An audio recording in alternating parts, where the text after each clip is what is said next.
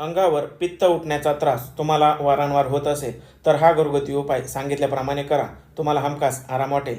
या आणि अशा अनेक घरगुती उपायांसाठी आरोग्यदायी आयुर्वेदला लाईक आणि फॉलो करा. पावसाळ्याच्या दिवसात किंवा थंड वातावरणात अंगावर पित्ताच्या गांधी उठतात, त्वचेला खाज येते, लालसर रंगाचे खाज येणारे चट्टे तयार होतात. कधीकधी हा त्रास एखाद्या अन्नपदार्थाच्या ॲलर्जीमुळे देखील जाणवतो. याला शीतपित्त असे देखील म्हटले जाते.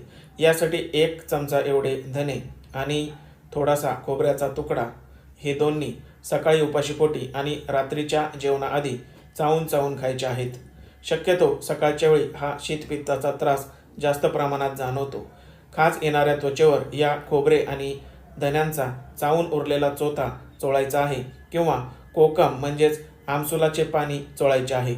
यामुळे खाज आणि आग लगेच थांबते. हा उपाय 2 ते 3 दिवस नियमितपणे करा आणि उपाय आवडल्यास गरजवंतांना देखील हा व्हिडिओ शेअर करा. धन्यवाद.